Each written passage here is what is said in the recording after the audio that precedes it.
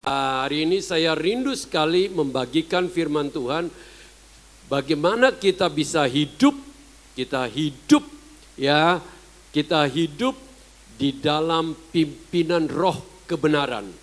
Kenapa saya katakan roh kebenaran? Karena di muka bumi ini sudah terlalu banyak roh ketidakbenaran. Oleh karena itu kita bisa membedakan mana yang benar, mana yang salah. Kita butuh pimpinan Roh Kudus. Roh Kudus juga disebut roh kebenaran, juga disebut roh penghiburan ya. Ayat 7, Yohanes 16 ayat 7. Namun benar yang kukatakan ini kepadamu adalah lebih berguna bagi kamu jika aku pergi. Sebab jikalau aku tidak pergi, penghibur itu tidak akan datang kepadamu. Tetapi jikalau aku pergi, maka aku akan mengutus dia kepadamu. Dan kalau ia datang, ia akan menginsafkan dunia akan dosa, kebenaran, dan penghakiman. Akan dosa karena mereka tetap tidak percaya kepadaku. Akan kebenaran karena aku pergi kepada Bapa dan kamu tidak melihat aku lagi. Akan penghakiman karena penguasa dunia ini telah dihukum. Masih banyak hal yang harus kukatakan kepadamu, tetapi sekarang kamu belum dapat menanggungnya. Tetapi apabila ia datang, yaitu roh kebenaran, ia akan memimpin kamu ke dalam seluruh kebenaran.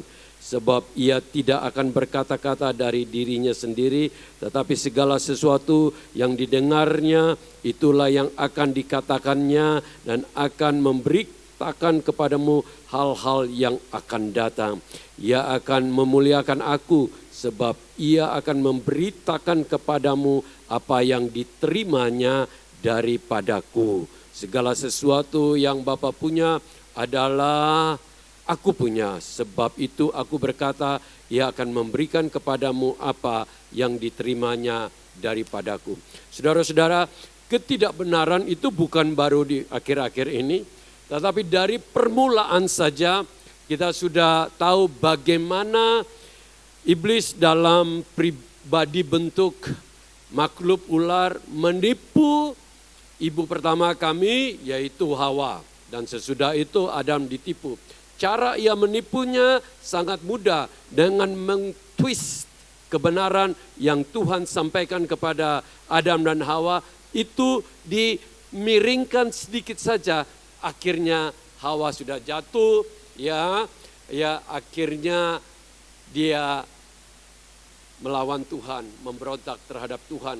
Ketidaktaatan kepada Tuhan membuat dosa itu masuk ke dunia ini, kematian masuk di dalam dunia ini, dan segala kejahatan ini ada dimulai dari situ. Dan kita sudah baca kalau di zaman mulai dari mula-mula saja, anak-anak Abraham aja sudah terjadi hal-hal yang banyak sekali penipuan. Ya bukan saja Abraham, mulai dari Raja Daud juga terjadi penipuan. Terjadi di mana perjanjian lama itu kalau kita baca banyak sekali tentang penipuan-penipuan terjadi. Dan luar biasanya Alkitab kita tidak menutupinya dan tidak membelanya. Tuhan expose supaya manusia dapat melihat akan kejatuhan dan kesalahan dosa manusia.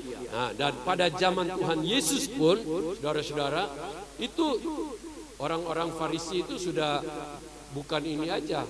Dengan segala macam tipu muslihat, katakanlah kebangkitan Tuhan Yesus ditipu, yaitu ketidakbenaran semua para ahli Taurat, semuanya itu membohongi sehingga sampai sekarang orang Yahudi itu masih terikat oleh tipuan itu sehingga mereka meragukan, bukan saja meragukan, mereka menghina kematian dan kebangkitan Kristus karena mulai ditipu dari para ini. Dan gereja mula-mula pun, saudara-saudara, Ada kalau saudara baca di surat jemaat yang kepada jemaat yang ada di Asia Kecil, ya 7 jemaat itu di Wahyu 2 dan 3 itu dia katakan apa?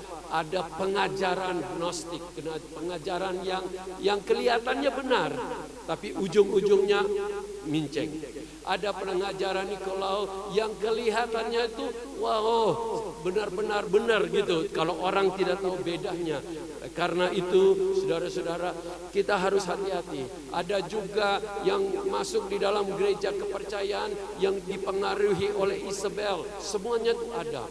Dan Rasul Yohanes sendiri katakan bahwa ya Antichrist itu munculnya pun dari gereja, ya karena mereka kelihatannya sama tapi beda. Akhirnya mereka membuat pengajaran-pengajaran yang antikristus. Saudara-saudara, memang orang ingin menipu itu tidak kelihatan. Kalau secara nyata itu kelihatan, oh dia tipu. Biasanya itu dia itu mengimitasi. Ya, katakanlah begini, kalau seseorang mau bikin jam tangan yang imitasi, dia nggak bikin imitasinya Seiko atau Citizen yang hanya $100-200, tapi dia suka imitasi Rolex atau merek-merek ini ya. Kalau orang yang tidak tahu, tidak bisa membedakan, orang tidak tahu itu Rolex asli atau Rolex palsu. Teman-teman saya itu selalu katakan, Pak Sam, kalau kita belum sanggup beli Rolex yang dari Swiss yang harga 20 atau 30 ribu, beli saja di Thailand $200-300. Orang pikir kita sudah orang kaya pakai Rolex, padahal itu semua aspal, asli tapi palsu, atau palsu aja itu palsu. Jadi kita tidak bisa membedakan. Thank you Andi. Kita tidak bisa membedakan, kadang mata kita tidak ini. Orang kalau kasih kita emas yang palsu, kita nggak bisa tahu. Benar nggak? Karena kita bukan tukang emas. Tapi kalau orang tukang emas, dia langsung tahu bahwa ini emas palsu, bukan 24 karat. Dan ini adalah ini. Oleh karena itu, hari ini kita akan belajar tentang kepalsuan itu. Dan saat ini, ya, pada zaman mulainya dari gereja mula-mula hingga saat ini, dikatakan ada beratus-ratus orang yang sudah berani memproklamir diri sebagai Mesias, padahal itu palsu. Dan Tuhan Yesus sudah katakan bahwa Mesias palsu itu akan bermunculan. Ada guru-guru palsu, ada nabi-nabi palsu. Pokoknya yang banyak sekali kepalsuan di muka bumi ini. Oleh karena itu kita sangat membutuhkan sekali Roh Kudus, roh kebenaran itu, untuk kita bisa membedakan antara mana yang benar, mana yang salah. Kita aminkan itu, amin. Saudara rindu dipimpin oleh Roh Kudus yang bisa mengetahui salah dan benar. Kalau orang yang sudah dekat dengan Roh Kudus itu, seorang berkhotbah saja langsung kelihatan dia ngomong Tuhan Yesus, tapi dia langsung tahu ini bukan asli lagi. Di balik dia punya kata-kata itu ada roh kebohongan, roh motivasi yang tidak benar ada di dalam pribadi itu. Saya hanya berikan contoh, pada waktu seorang pendeta pada permulaan kita mendirikan gereja, ya kita sangat menghormati dia beberapa tahun sebelum, tetapi akhirnya dia kembali lagi, dan saya dengan Pak Gideon, dengan Pak satu yang lagi, kita itu bilang oke, welcome, kita bantu. Ya kita bantu. Tetapi di balik dia, kita sudah bantu, di balik dia mulai kerja untuk memecahkan gereja. Dan pada waktu dia berkhotbah, saya sama Ibu Ruth di depan, langsung Ibu Ruth bilang, Pak pendeta ini bukan seperti dulu lagi. Dia sudah berubah. Dia sudah bukan lagi memberitakan Injil, tapi dia sedang jual obat. Jual obat itu, tahu ya orang jual obat itu selalu aja promosi nomor 1 terus kan obatnya. Meskipun itu bintang 7, dia selalu bilang obatnya yang mahal punya itu, selalu kan orang begitu. Nah itu benar dan terjadi. Tidak lama kemudian gereja kita pecah habis, bagi 2 persis waktu itu ya, sampai ini terjadi itu. Ini kejadiannya permulaan tahun 90-an waktu kita baru mulai. Kita belum bisa membedakan mana yang dari Tuhan dan mana yang ini. Saudara-saudara, dan sekarang ini saya hanya kasih tahu ya, Ini adalah masa penipuan yang paling serius belum pernah dalam sejarah. Penipuan secara fisikal, secara omong langsung itu banyak. Tapi sekarang online punya penipuan itu luar biasa. Saya itu pernah dikirim seakan-akan dari perusahaan yang ada hubungan dengan saya. Padahal waktu saya jawab, langsung orang lain. Mereka bisa pakai nama seakan Bank ANZ yang sedang kirim message ke saya. Bukannya saya pilih, tetapi penipuan itu luar biasa. Mereka bisa tahu email kita, dia bisa tahu address kita, dia bisa tahu perusahaan kita punya uang ada di mana, bank account di mana, kita account jadi mana, dia tahu semua. Seakan-akan katakanlah dari AGL atau dari ini apa, dia benar-benar pada waktu kita sudah ini baru dia mulai segala macam. Oh no, you making mistakes here, so I have to change here. Could you give me your new bank account or your PP number or password? Saudara pernah alami itu enggak? Ya belum pernah, ya pintar saudara-saudara. Tapi saya diserang terus. Mungkin karena saya lebih banyak dikenal, jadi mereka lihat ini satu nih. Saudara-saudara, luar biasa ditipuan. Ya, tipuan ini benar-benar ada. Kapan hari ada di TV itu, orang itu, anak perempuan ini jual orang tua punya rumah supaya bisa beli retirement village. Jadi satu ini ya. Jadi dia mewakili orang tuanya untuk koresponden sama solisitor. Tahu-tahu ada email masuk dari solisitornya bilang, oh nanti uang ini ditransfer ke account ini sesudah ini supaya bisa bayar itu pembelian yang satu. Ya, dia nggak sadar, dia oke, saya transfer itu, padahal penipu punya bank account. Bisa masuk kayak gitu, saudara-saudara. Ya, saudara tahu bahwa sekarang ini kalau bisa sampai akhirnya kita jadi takut. Setiap kali orang telepon kita langsung, oh ini jangan jawab, oh ini jangan jawab. Kenapa kita hampir tiap hari ditelepon pakai kadang-kadang telepon luar negeri, yang lokal punya, sama HP di sini juga nomornya kelihatannya benar, padahal itu orang tipu. Oleh karena ini saya hanya ingin katakan, kalau tipu itu aja masih mendingan. Ini tipu, ini pengajaran. Kelihatannya nama Tuhan yang dipermuliakan, tapi ujung-ujungnya bahwa orang keluar dari kebenaran ini kepada kejahatan, kesalahan. Hati-hati benar. Karena Tuhan Yesus sudah katakan bahwa sebelum kedatangannya, apalagi ya, nabi-nabi palsu, guru-guru palsu, Mesias palsu akan berada di mana-mana.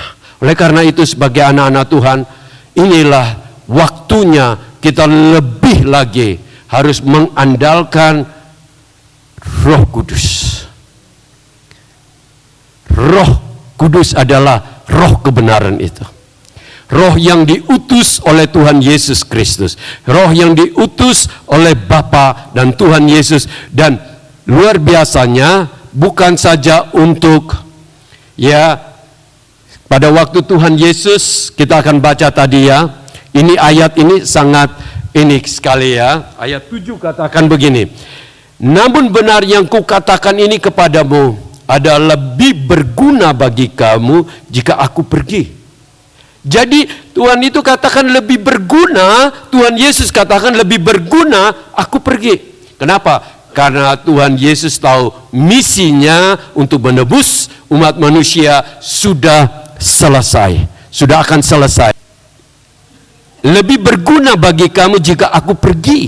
Sebab jika aku tidak pergi, penghibur itu tidak akan datang kepadamu. Tetapi jika aku pergi, aku mengutus dia kepadamu. Jadi Tuhan Yesus sendiri katakan apa? Bahwa lebih berguna itu roh penghibur itu, roh kebenaran itu, Roh Kudus itu datang. Kenapa? Karena Tuhan Yesus satu pribadi sebagai manusia pada waktu itu, jikalau ia ada di Galilea, dia tidak ada di Yerusalem.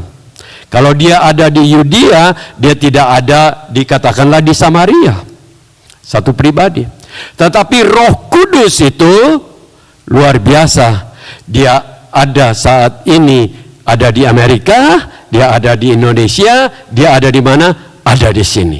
Dan bukan saja Roh Kudus ada bersama Bapa karena Roh Bapa dan Kristus, tapi Rohnya itu ada di tengah-tengah kita, bahkan ada di kita, di dalam kita. Itu luar biasa. Itulah yang membuat kita itu dikuatkan selalu.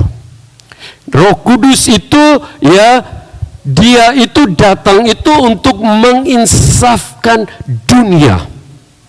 Kita sebagai orang-orang yang belum kenal Tuhan Yesus, kita tuh diinsafkan, ya. Tetapi sesudah kita terima Tuhan Yesus, dia terus masih menginsafkan kita akan segala macam kesalahan kita, ya. Tetapi bukan itu saja, tapi dia akan memimpin kita. Kalau orang yang belum kenal Tuhan, Tuhan akan menginsafkan dia. Tetapi kalau kita, itu luar biasa, dia akan tinggal bersama kita dan memberikan kekuatan, memberikan kita keputusan-keputusan yang benar. Saudara-saudara, sebelum saya kenal Tuhan, ya, itu Roh itu selalu berbicara dalam saya. Dia bekerja supaya saya itu ke jalan benar. Dia mengarahkan saya supaya saya menjadi orang percaya, ya. Tetapi kalau saat saya sudah menjadi orang percaya saat ini, dia tidak mengarahkan gitu lagi, tetapi dia bilang, ini loh masih salah di dalam hidupmu, ini masih salah, perbaikin. Karena apa? Dia itu ingin supaya kita itu dibenarkan, dikuduskan. Ya, Roh Kudus itirnya dia rindu menguduskan kita. Yang pertama, dia ingin supaya kita menjadi orang benar. Tetapi sesudah itu dia ingin kita menjadi orang apa? Kudus. Orang yang suci hidup ini. Ya, jadi saudara, sadar nggak sadar kita ini dalam satu proses dalam hidup ini, itu semua ada bagian daripada Roh Kudus menuntun hidup kita. Yang pertama itu proses yang bahasa Inggrisnya tuh justification. Yang dulu orang berdosa, orang yang tidak mengenal, akhirnya dibenarkan. Itu karena apa? Kita dibenarkan, dijustify, yang salah karena Yesus Kristus dan darahnya itu yang membuat kita benar. Yesus Kristus mati untuk kita. Nah, sesudah itu tidak diam aja Tuhan sampai di situ, dia terus memimpin kita supaya kita bisa menjadi orang yang bersih, orang yang kudus, orang yang hidupnya suci dan berkenan di hadapan Bapa di sorga. Saudara-saudara, sama seperti anak kita ya, kalau main jatuh di lumpur, ya lumpur atau berbahaya, tentu pertama kita akan usahakan untuk selamatkan dia dulu, benar kan? Tapi waktu dia keluar masih dalam keadaan penuh dengan lumpur, tentu kita pakai segala macam cara untuk membersihkan dia, ya. Habis itu baru apa? Baru kita mulai pelihara dia untuk terus jaga dia, ya. Itulah Tuhan punya cara di dalam hidup kita. Oleh karena itu, ia mengutus Roh Kudus, luar biasa. Saya sering renungkan, Tuhan itu sebelum segala ada itu, ia sudah mempersiapkan hal-hal yang luar biasa. Katakanlah firman Tuhan ini, kalau ini tidak diberikan kepada kita, sama seperti murid-murid pada waktu itu belum, ya mereka ada kitab Taurat, ya ada kitab Perjanjian Lama, tetapi mereka itu tidak tercatat seperti yang dibukukan ini, masih dalam roll itu. Mau baca satu harus simpan, ganti lagi, pergi ambil, baru ganti roll yang berikutnya. Nabi Yesaya aja mungkin ada berapa roll itu, kalau karena dia punya ada 66 pasal ya, saudara-saudara. Karena itu kita mengucap syukur bahwa Tuhan itu waktu ia selamatkan kita, ia menyiapkan bukan itu hanya firman saja, tapi ia menyiapkan Roh Kudus. Karena dia sadar, dia tahu, bukan dia sadar, dia tahu kita tidak mungkin bisa memperoleh kemenangan. Kita tidak bisa menang atas dosa, kita tidak bisa menang atas tantangan hidup ini kalau bukan karena Tuhan yang menguatkan kita dengan Roh-Nya yang kudus. Dan dia rindu hadir dengan kita. Kita sadar itu, Tuhan itu ingin kita di dalam dia di dalam kita. Kita sadar itu, aware of that or not? Setiap hari perjalanan hidupmu, Apakah kita berjalan dengan sadar bahwa Dia bersama kita? Ya, kadang-kadang memang manusia suka lupa. Meskipun istri di sementara dengan kita pun kadang-kadang kita nggak sadar. Ya, kadang-kadang itu manusia, benar nggak? Ya, ada orang tinggal bersama kita pun kita nggak sadar, benar nggak? Itulah manusia. Tetapi kita sekarang ini dibikin sadar bahwa Tuhan itu menyertai.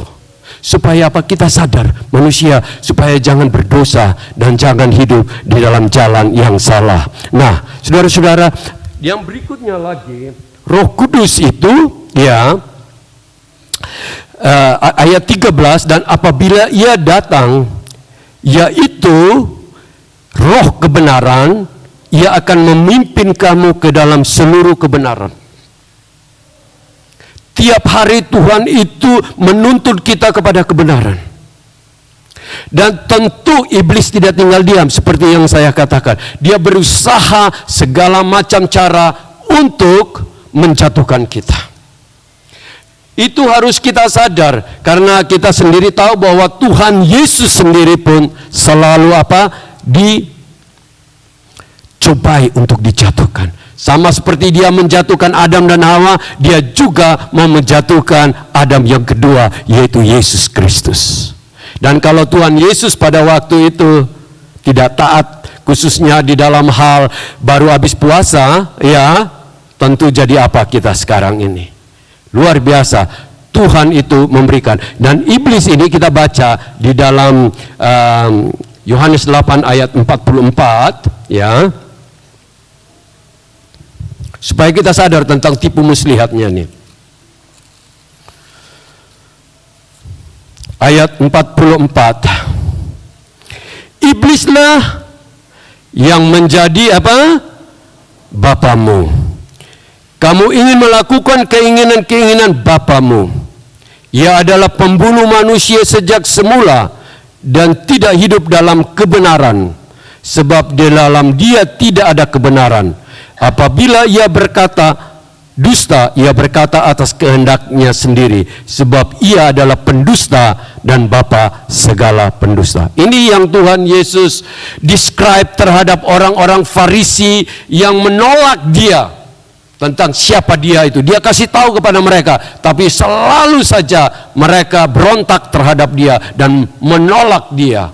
Oleh karena itu Dia katakan, karena iblislah bapamu. Dan iblis inilah yang selalu mau merusak dari mula. Dia membunuh, dia menustain. Oleh karena ini saudara-saudara, hari ini biarlah setiap kita berjalan di dalam kebenaran.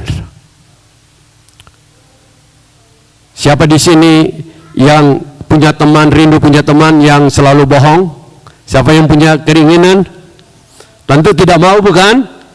Ya, kita kan sense seseorang tukang bohong itu kan kelihatan kan? Ya, oleh karena itu kita mulai hari ini juga mulai hidup di dalam kebenaran. Dan kita tidak bisa berhasil kalau kita tidak hidup di dalam kebenaran. Saudara-saudara, ya, kebenaran itu sangat luar biasa. Waktu dulu, satu waktu kita tahun 90-an ada anggota gereja baru. Ada anggota gereja baru. Dia langsung datang berbicara tentang investment dia. Wow, dia punya plan untuk bikin pabrik roti, dan sesudah pabrik roti dia akan bikin franchise. Ya, dan pada waktu itu Ibu Ruth dengan adik angkat Bu Fung Mei, ya, wah, memang mereka membutuhkan. Kenapa? Karena mereka baru dapat visa bisnis. Kalau visa bisnis itu kan harus berbisnis kan. Jadi mereka bilang, oh ya, ini bagus, sudah mulai ada pembicaraan. Dan akhirnya setuju untuk master franchise-nya. Ini belum ada toko aja, sudah beli satu master franchise, ya. Langsung dia minta 500.000, dan dulu 500.000 itu dapat satu rumah di Castle Hills ini tahun 90 lebih. Benar, yang harga 2 juta sekarang di sini, dulu 500.000. Waktu itu dia dapat. Nah, pada waktu mereka tanda tangan kontrak dan mau kasih uang, saya punya hati itu gelisah banget. Saya bilang, salah, kamu berdua jangan. Tapi namanya sudah setuju, karena dia juga sudah jadi anggota gereja. Jadi kita pikir, oh it's okay. You tahu nggak?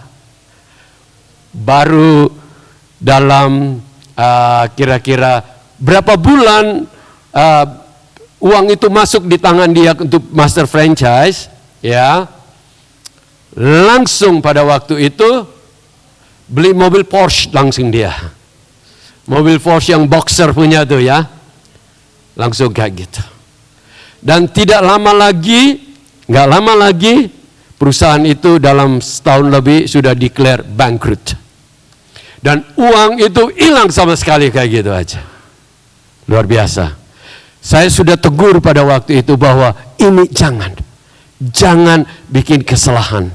Ya, akhirnya kesalahan ini membuat kita harus pikul cukup lama. Puji Tuhan, saudari dari Ibu Ruth pada waktu itu nggak ada masalah dengan kita. Dia tahu bahwa kita bukan rencana yang tidak baik, hanya kesalahan. Saudara-saudara, disinilah kita harus tahu bahwa tipu muslihat itu di mana-mana ada. Tapi kalau kita yang berjalan dalam pimpinan Roh Kudus, dia langsung tahu. Berapa banyak ada girls yang waktu lihat satu pria ganteng langsung hati berbunga-bunga. Saudara-saudara, tapi tidak lama lagi ketahuan. Kalau yang di sini bapak-bapak mantap. Benar kan? Saya bilang yang di luar sana. Di luar sana, wow, bawa hadiah, kirim bunga, tambah berbunga. Tapi tidak lama baru kelihatan apa? Iblisnya muncul. Oleh karena itu kita harus ngajar anak-anak kita. Supaya jangan lihat dari luar. Tapi tanya roh kebenaran. Apakah ini dari Tuhan atau tidak? Benar nggak Bu Mira yang punya anak ya? Benar kan? Kita harus, orang tua harus bantu nanya. Andi sama Evi punya 2 anak gadis ya. Harus mulai ajar mereka. Supaya jangan lihat yang datang pakai mobil bagus gitu. Kelihatannya, wah buka pintu segala macam. Padahal itu ada udang di balik batu semua. Benar gak? Oleh karena itu saudara-saudara, saya bukan bilang kita tidak boleh melakukan yang baik. Tetapi hati-hati dengan segala. Karena kita sudah alami banyak sekali. Banyak kesalahan-kesalahan. Kenapa? Karena kita tidak mau dengar. Dan sudah dengar pun tidak mau taat. Sudah dengar pun tidak mau taat. Oleh karena ini, hari ini di dalam segala keadaan apapun, ambil keputusan. Untuk apa? Mentaati Roh Kudus. Amin. Mentaati Roh Kudus. Dan hidup di dalam kebenaran. Ingat, Roh Kudus itu kalau dia kasih nasihat kepada kita, ya, itu kelihatannya mungkin melawan kita manusia ini. Karena manusia ini kan punya kedagingan, ingin maunya sendiri kan. Tetapi Roh Kudus kasih tahu itu sebaiknya kita mentaati. Luar biasa kalau itu. Saya hanya ingin katakan, banyak kesalahan di dalam hidup kita itu yang tidak mempercepat rencana Tuhan digenapi di dalam hidup. Tuhan punya rencana begini, tetapi karena ketidaktaatan membuat kita berputar-putar 40 tahun itu saja. Kenapa? Karena belajar karena tidak taat. Oleh karena itu kita harus belajar dengan ikut Tuhan. Siapa yang hari ini rindu ingin dipimpin oleh roh kebenaran? Amin. Wow, kalau roh kebenaran mau taruh uang di bank mana aja, Tuhan bisa kasih tahu. Tuhan kasih tahu. Ini perusahaan siapa beritahu bisa, mungkin di Australia very small chance untuk taruh uang di bank, salah. Tetapi uang yang disimpan beli saham itu hati-hati loh. Berapa banyak teman saya itu beli, kumpul dia punya sertifikat, sudah ini begini banyak. Waktu dia mati kita pikir kita mau pergi cash in untuk anak-anaknya, benar nggak? Tapi sampai sana, sorry, ini perusahaan sudah bangkrut, sudah tutup. Ini perusahaan sudah bangkrut, sudah tutup. Padahal itu sudah dibikin public company. Harus hati-hati. Jangan pikir, oh ini direktur kelihatannya pintar atau hebat di TV, tapi dia tidak tahu cara ngurus yang benar. Oleh karena itu, sekarang ini yang paling harus kita hati-hati adalah pengajaran. Yang di YouTube itu harus hati-hati ya. Bisa nggak? Bisa nggak? Karena itu tiap berapa menit itu muncul kan? Dan itu semua, bukannya saya ini, sesudah saya selidiki dengan Alkitab, kelihatannya malaikat terang, padahal di dalamnya ada apa? Serigala. Ada serigala. Ya, harus hati-hati. Dan memang orang sudah banyak yang selidiki itu di YouTube itu, ya, sosial media keseluruhannya itu 30-40% itu hoax semua. Harus hati-hati supaya jangan kita terjerat. Mulai hari ini kita hanya pilih, sebelum ambil keputusan apapun, bilang, Tuhan, tuntun aku. Aku butuh pimpinanmu supaya aku mengambil keputusan. Ya kalau hanya mau beli Coca-Cola atau 7-Up nggak usah tanyalah begitu. Tapi jangan sampai sudah mau beli rumah gitu nggak tanya, jangan. Ya, mau cari menantu, tanya sama Tuhan. Mau ini ya, tanya sama Tuhan. Dan Tuhan itu selalu siap sedia untuk memberikan kita tuntunan. Kita harus penuhi kerendahan hati. Katakan, Tuhan, saya rindu untuk Engkau menuntun saya. Ingat, makin kerja kerasnya iblis, Tuhan pun makin luar biasa di dalam hidup kita. Asalkan kita mau taat dan setia di dalam Dia. Saudara-saudara yang dikasihi. Ya, dan yang bagian yang terakhir yang saya ingin sampaikan kepada ibu di sini, ya, kita baca lagi di Yohanes 16 tadi, ya. Dan ia akan, ayat 13 bagian terakhir, ia akan memberitakan kepadamu hal-hal yang akan datang. Ia akan memberitakan hal-hal yang akan datang. Saudara tahu bahwa terbukti apa yang dicatat di dalam Wahyu 2000 tahun yang lalu, sekarang ini sedang satu persatu digenapi. Dan itu dia beritahukan kepada penulis yang sama. Wahyu dan Injil Yohanes dan surat Yohanes itu yang tulis adalah murid Tuhan Yesus ini. Saya ingin katakan bahwa dia sanggup mengetahui bukan saja ya hanya 1 tahun ke depan. Hesekiel itu 2500 tahun yang lalu, sekarang sedang digenapi.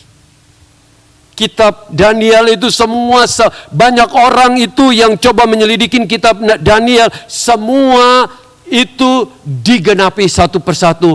Hingga ini kerajaan yang ada, kerajaan yang jatuh, kerajaan yang akan muncul, perpecahannya itu kerajaan apapun, semuanya sudah tertulis. Luar biasa bukan? Kalau kita ada di dalam roh kebenaran, Roh Kudus, Roh Penghibur itu, dia akan memberikan kita pengetahuan yang akan datang. Kita manusia kan terbatas. Untuk hari besok aja kadang-kadang kita bingung mau gimana toh? Ya, tetapi kalau Tuhan itu dia sudah mengetahui. Karena apa? Firman Tuhan katakan, ia dulu, sekarang, dan sampai selama-lamanya tetap sama. Amin. Pegang itu. Mau berjalan sendiri kah atau mau berjalan dengan Tuhan? Ingat, banyak orang tanpa orang percaya, tanpa nggak sadar, lebih banyak berjalan menurut keputusan sendiri daripada keputusan Tuhan. Banyak yang mau apa aja asal karena teman sudah bilang, sosial media sudah bilang, saya mau, akhirnya jalan. Tapi berapa banyak yang mengalami kesalahan itu. Ini rahasianya, kalau Tuhan bilang diam, diam. Kalau Tuhan bilang berjalan, jalan. Kalau Tuhan bilang ke utara atau ke barat, taat saja. Dan kebanyakan itu, bukan kebanyakan, seluruhnya itu Tuhan sudah siapkan. Karena Dia mengetahui dari A sampai Z. Amin. Amin. Mulai hari ini, saya ambil keputusan hari ini, setiap kali mau berbicara apa aja, saya berdoa dulu. Berdoa dulu, bilang Tuhan, saya butuh Engkau.